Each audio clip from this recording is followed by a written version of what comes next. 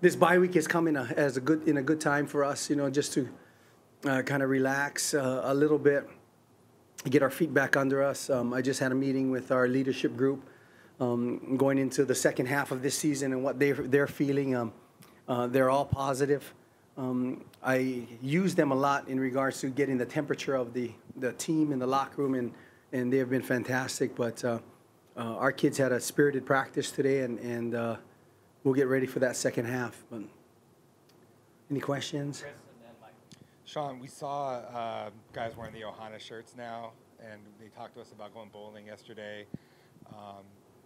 Can you just maybe talk about the development of some of the family stuff that you're trying to do? Absolutely.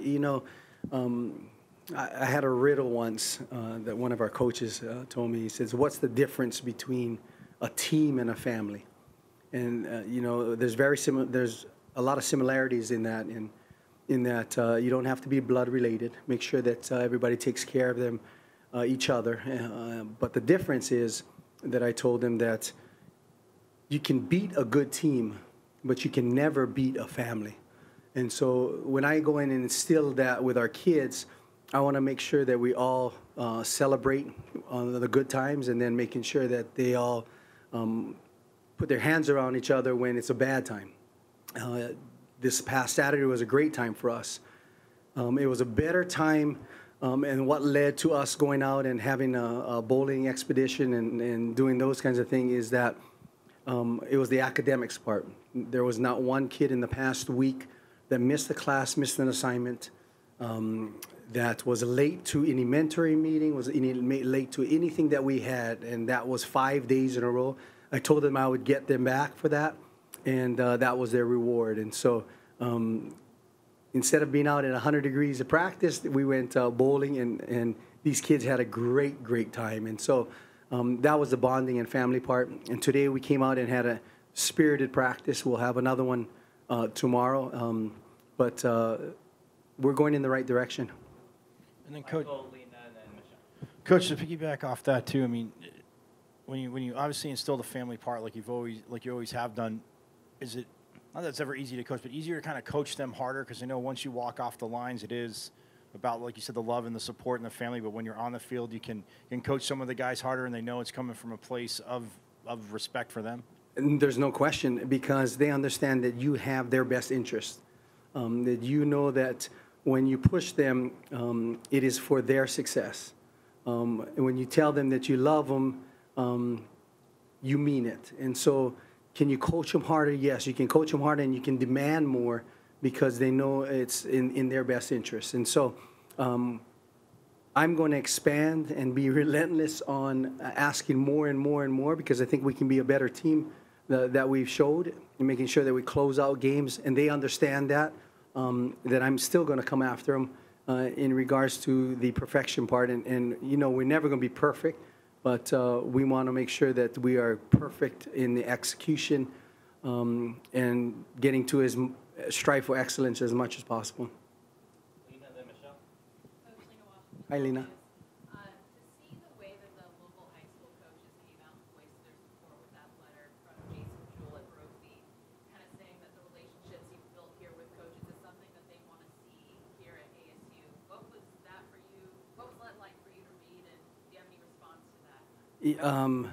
It was crazy because somebody gave me a call. I said, "You better check this on Twitter." And I looked at it, and at first I was like, "Oh, they might have been writing something bad about me." But when I read it, it made me feel very gratifying, because those are the same individuals that I had to compete against, and went against day in and day out, scheming against. But those relationships that we've built was that of trust, and they know that every word that I told them after a game was meant, and they know that I'm a man of my word. So for them to write that on my behalf was incredible. It was a surprise to me, and hopefully I go out and make them proud. Coach, obviously the performance of Trent Saturday was phenomenal given the situation, and obviously quarterback situation moving forward. I'm sure it's something that you have not made a decision on. There's a lot of time between now and the next game, but is there a quarterback competition again? I don't think it is a competition daily. In my philosophy, I don't think somebody's replaced because of injury. I always kept that policy whenever I've coached. Now, in regards to the competition, it'll be looked at closely. I think it's good for both sides because I think it'll raise both of their levels. From a relief standpoint, I know that I have a quality backup that can win games for us, and so that kind of takes a lot off of my shoulders. Are the kids looking for it? I think the kids will see who the best person is and my best quarterback at position is. And I've always told them I would play the best player, no matter the age, no matter size, no matter what it is. I'll play the best football player that will get our team to win. If I throw the football out, the other 10 people in the huddle will tell me who the best person is. And so I'll make sure that I keep my word on that. And now, is it a competition? I think every position is a competition at practice. I just need to make sure that we look at it through a pretty good, clear lens as well. Did Emery have a concussion, or did he? I mean, I'm sure he went through the concussion protocol at the time, but yes, and you know, we're keeping him out from just precautionary, and it was a good time for us this week to take a break on it. But he was out there running around at practice, but he's in protocol right now. Hey, Coach, Robbie with Fox 10. Hey, Robbie. Just curious if there's any extra juice maybe in practice today coming off the performance you had. I know after the game on Saturday you said having a performance like that, you know, gets the guys to kind of see their hard work paying off. Absolutely. There's juice because they were their legs are good too because they only bowled. My back was sore because as an old guy trying to throw that bowling ball. But yeah, there was juice at practice, and they were excited to get back on the field and work. I saw their transitions were better. You know, they're smiling. Practice went very smoothly. So yeah, there is some juice, and there's some affirmation of all the things that we've talked about, especially with that win. And so I think they're excited.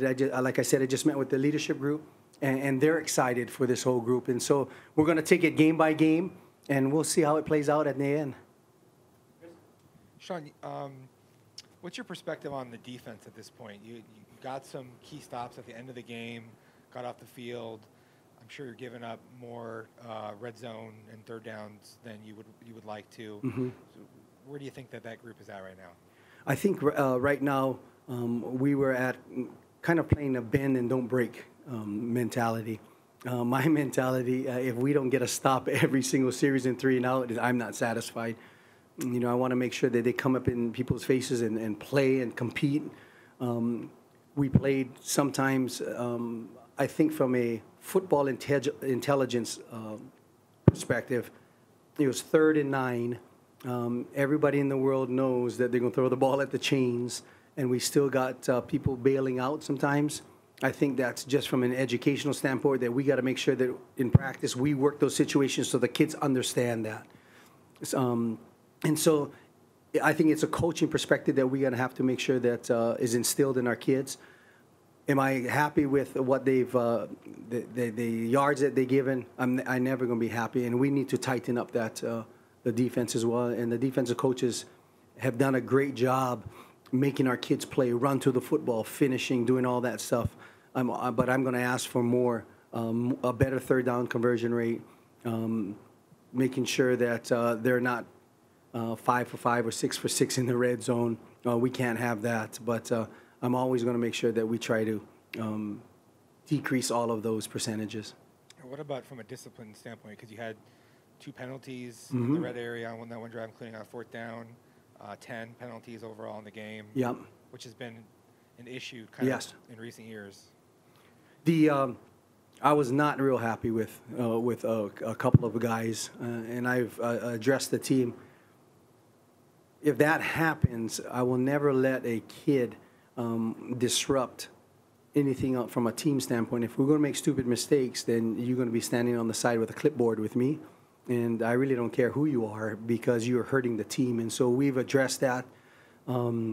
and some of them were just mentally stupid mistakes. I mean, there's a couple of times, especially at the game, that it probably wouldn't have led to the Hail Mary at the end of the game. Game would have been over.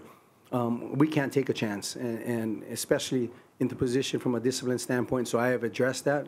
Some of them weren't real happy with me because I called them out in front of the team, and they should be, because they should be held accountable to the team for some of their mistakes. But I don't think it will happen again.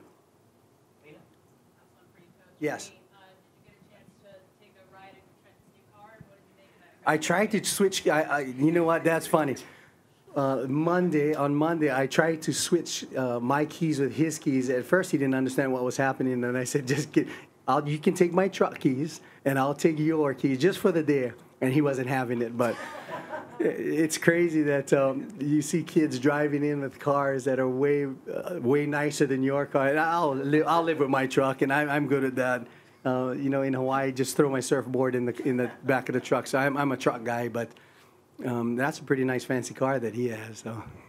Last two questions, Michael then Noah. Coach, I mean, to piggyback off the defense, obviously not a lot of fumbles, calls, or recoveries, but Jordan's pick six, I mean, obviously it's a big play for the defense, but what kind of confidence does that give the defense and just kind of do for the team up and down the sidelines on a play like that? I think it gives confidence on both sides. A pick six like that is a 14-point turnaround.